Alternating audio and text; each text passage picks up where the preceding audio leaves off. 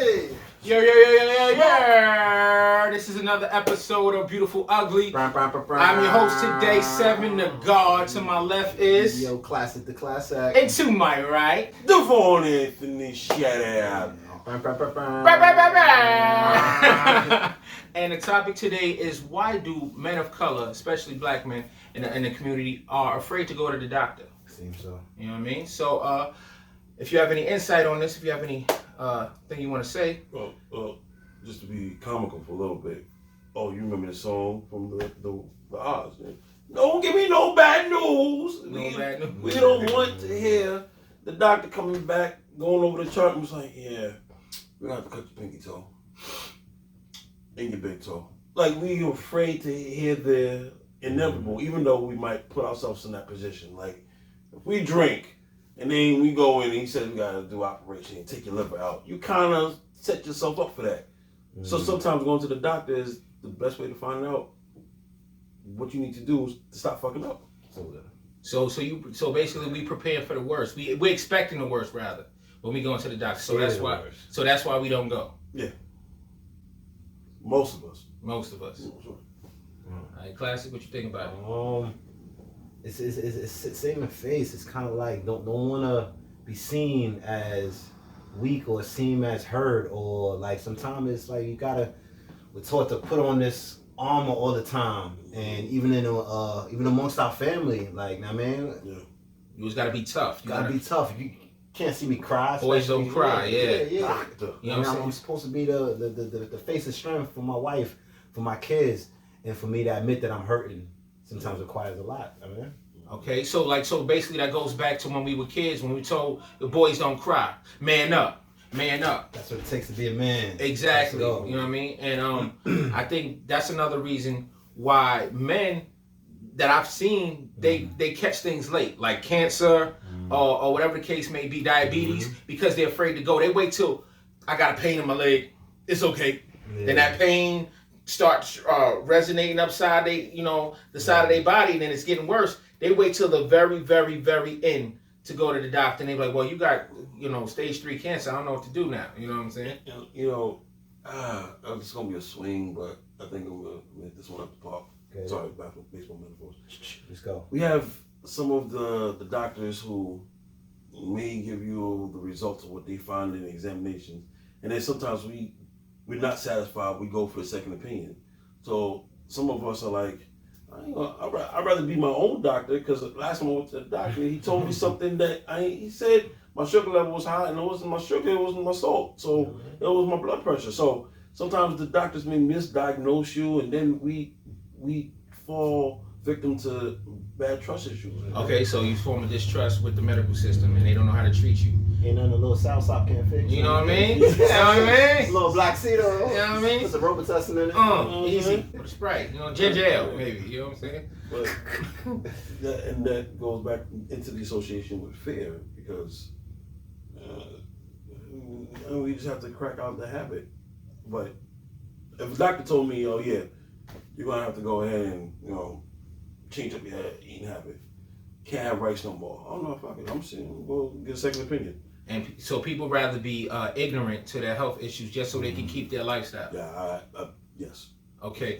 What I see also, it's a difference. It's a big difference between black women who go to the doctor and black men. Black women are proactive as opposed to the men. They're reactive. They're reacting to the things that's going on. So they're always late. I gotta get this one out. Like, for instance, they gotta be the stupid comment. So a black woman will go ahead and get a check just to see if she's good. The guy will go ahead and see the results of her check, so he knows he's good. So he'll let his girl go to the doctor. If you good, I'm good. Basically, you know what I'm saying? You ain't got no STDs? Neither do I. You know what I'm saying? Yeah. And he going off a leap of faith. That's my check. Thank you, baby. I need you.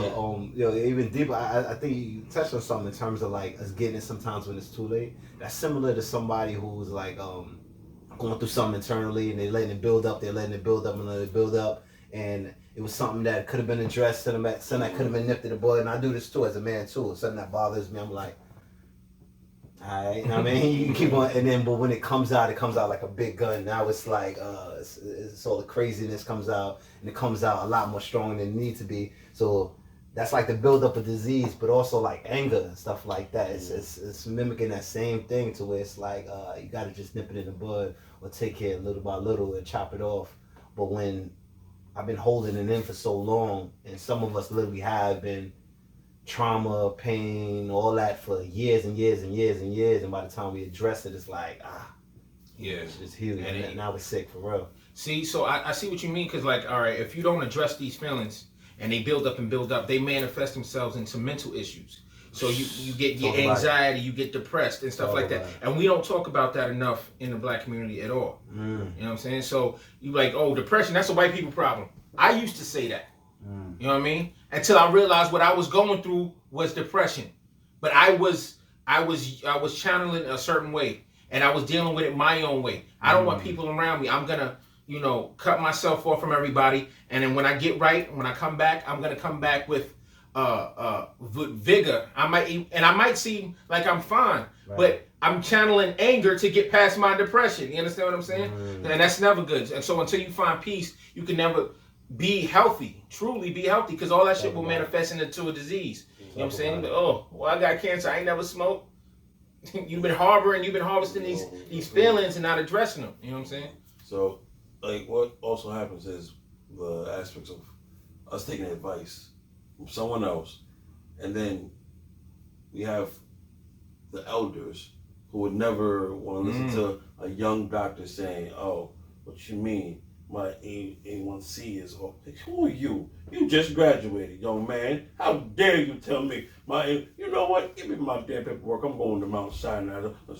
But the fact of our prides is also another thing that becomes an anchor, and why we create this loophole of being a statistic. So there's a couple of other things that we as people have to look into in order just to make changes, because I don't want my son to then build that mindset of, I ain't gonna know no damn doctor. Daddy ain't going to the doctor. I ain't going to the doctor. Sure, I might got the gout, but I'll be all right. Put on 2 pairs of socks. No, that's not the way of handling your problem. Even something simple like what we doing now, like just talking about it, like even just open up that conversation and say, hey, we need to, or we're hurt. And a lot of times you got grown ass men still, or people, but it's specifically men, still healing from these childhood wounds. And that goes back to that whole, like, we ain't supposed to cry kind of thing, to where, like, as a kid, you didn't have that license to kind of let it out or even talk about it. And now we're grown-ass men still having that child inside that wants to cry, and just dealing with those childhood issues for now. So it's mad big, and we're like, how the fuck did it get like this? Like I said, it becomes mental issues, it becomes other things, but it's just really unexpressed child. You know what I mean? Well, to throw this out there, like when I have my last son, James, I'm not playing favoritism with the kids, but my last boy, James, like there were times I used to just hold him, and he would just look at me and then fall asleep, and then for some reason they would just build up some type of emotion where it's like, damn, my boy. And then there were times where he'd be like, Daddy, I love you. And I'm like, all right. And going back in my mind of hearing him say that and then falling asleep and him finding comfort. Man, we on the bus, we riding to drop him off, but him finding some type of level of comfort with me. It's like, and then being able to express my emotions without, having any feeling of who's seeing me or who watched me, or that uncared feeling. But that's another thing that I would start to realize. It's okay to express yourself. Yeah, and actually expressing yourself, it has other benefits, because, at least they get to see you and hear what you're saying without you speaking. It's like one of those unwritten messages. Like, just because I cry doesn't mean I'm hurt. I'm happy, and I've never had this feeling before, and I've never been in this place of exuberance. It's normalizing that too, and for your son to even see that, it normalizes that it's okay. You know what I mean? It's definitely okay to cry. Like, I remember my mom's had a way of dealing with that, so she was like, "Yo, that's what it takes to be a man." And my uncle, which is her brother, used to be like, "Yo, he's hurt." He's hurt. It's what do you expect? He's human. He's human, and that stuck with me. And my mom reared us in the total opposite of that. I mean, but that balance was even provided for me a little bit. And he was like, he's human. I mean, and that was big for me. Well, what I always had love in my household. Yeah. But I was, I had middle child syndrome. Shouts out to the middle children in the building. But I felt like I was always overlooked. So even when I was hurt, it was almost like, nobody's paying attention to me, no way. So I chose, even then, I'd be in a house full of people and still be alone. And I would just go in my room, I'd go in the corner somewhere, and if nobody noticed I was gone, it didn't matter. But I would take that pain, like I would be like, sometimes I wouldn't even cry. I'd just be mad, mad. But it became a defense mechanism for me. Because I would just, like I said, I would channel my anger. I would channel all that. And I'd be like, well, I got to come back better. I got to come back smarter. So just to get attention in the household, I used that anger and I would go study my books. I would go study my lessons. So I would get a good report card so my parents would see me. Even if I knew it was good, I would pretend in my mind it was bad. Just so I could go hard. Just jump. It just hit my heart again. My son, being 4. When he would do his homework and you have to correct him, sometimes I don't hate no ACS, but sometimes I would verbalize him making an error to make a correction. And I kid you not, the next day he would say, all right, Daddy, I don't want to get you mad.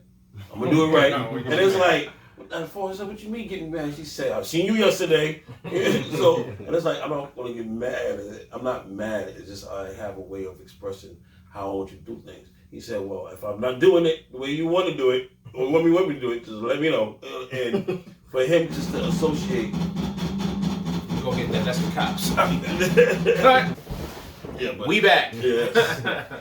But one thing also you have to realize as we talk about this conversation is that we have to prepare for the future. And your children or whoever looks up to you, they're watching every step of the way, right, on how you move, right, to then know what to do. So ironically, why men don't want to go to the hospital, because we probably seen it done before. Like, dad don't go. All right, so I ain't going. Right. And then, ironically, my father now tells me, make sure you get checked out. But I kid you not, all these years, around like now of being 38 is when we had a conversation about health.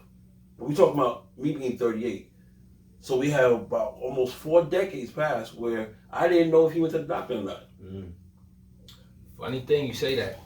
I didn't know. I never seen my father go to the doctor until he got sick with cancer. So that I've seen that. That's the most I've ever seen him go to the doctor. You know what I'm saying? And I wish if I knew what I knew now back then, my father would still be here. You know what I mean? Because it's a lot of natural ways, and if you catch things early, you know what I mean, a lot of holistic ways you can help with stuff like cancer and stuff like that. There's a lot. It's all about your eating habits and your lifestyle. If you change those, you can change a lot. You know what I mean? And people don't realize that's part of your medicine is what you take into your body. You know what I mean? What you eat, if you feed yourself life, that's what you'll have. You'll extend your life. So if you eat fruits and vegetables that grow and have life, guess what? You're harvesting that energy, you're harnessing that, and you're gonna reciprocate it through, your beautiful melanin in it. You know what I mean? But at the doctor, we got not melanin. But if you eat McDonald's, you're gonna look like McDonald's. So if you eat a Big Mac and you wonder why you got side handles, love handles, and wild cellulite between your gunkums, it's because you look like a Big Mac because you eat Big Macs. You know what I mean? I'm just saying, you are what you eat, so you start to resemble the things you eat. That's a fact. Point blank. It's taking an inventory. Exactly. Taking an inventory. There's one thing I want to say. When you was going to talk about your father, I was about to say, like, it's okay to cry, man. You know what I mean? It's all right, now we're on the serious side. Oh, but I'm going to cut you off. But It's funny he says that, because when my father passed... I think he was on to something. When my father passed, I didn't cry. Because he told me to be strong for my siblings and my mother. So I didn't cry. And I think he should have been more specific, because I took things literal. he meant he was going to a better place, but it's okay. But I didn't register as that. It meant be strong and be stone faced. And through the funeral, everything, the past, I didn't cry at all. It took for me. My father died when I was 10. It took me till I was 21 years old, and I was in Times Square with my girlfriend, and we walk in the streets, and then she tells me she's pregnant. And then everything hit me. I'm like, I don't know how to be a man. My dad's not here. Blase, blah, and I broke down, almost like a nervous breakdown. That crowd when you can't breathe. I'm talking about snotty nose. I'm on my knees in Times Square. She's like, baby, get up, and I'm like, I just miss my dad. I need my dad, and I didn't grieve it until then. You know what I'm saying? That's all that holding that shit in. That was hard. You know what I mean? That was like I was the strongest and the weakest point at the same time. You know what I mean? Because I had all this energy, and I was just like breaking down. And I went home. And I don't even think my mother realized it. I don't even think she remembers this, but I came home and I hugged her so hard. And I was like, I don't even know how you did it. Because, raising 5 kids by yourself, I was just like, dag. And then I went and got 3 jobs. You know what I mean? But that's a long story, but, you know what I'm saying? So therapy is okay. Yeah, therapy is okay. It's okay to cry. It's okay. Take your ass to the doctor when you need to. And wash your ass. You know what I'm saying? Coronavirus! Shit is real! Oh, man. But in conclusion, if there's anything you want to say and to wrap it up, you know what I'm saying? Yeah, I think it's been said. Everything's been said. One thing, just sprinkle last thing. It's funny that, as these conversations come, they're usually a continuous conversation I have in my head. One thing I took inventory of myself is, as a man, we take care of others, and sometimes we may attract the people who may be in more pain than us. So we'll listen to them, kind of thing, and we'll think it's like, especially when dealing with our woman, we feel it's our job to kind of let them emote to us, kind of thing. And sometimes the outlet is not there for us. Sometimes, or we think that we have to be the one to kind of save face. And when I kind of realized that, I was saying like it's okay to kind of you be the one talking, and allowing someone else to listen. And that's, for me, a sign of a healthy relationship. It's actually knowing how to care for someone else, but also knowing how to take inventory care for yourself at the same time, man. Knowing you need it. Sounds like real talk to me. Yeah. So this has been another edition of Beautiful Ugly. We want the truth, the whole truth, and nothing but the truth. So give us that Beautiful Ugly. You know what I mean? Yeah. I am Self to God, baby. All right, classic to class act. Yeah, Ron Anthony. And we out. Yes. Your mama FaceTime? Your mama FaceTime. Your mama. With your ugly ass. Yeah, baby.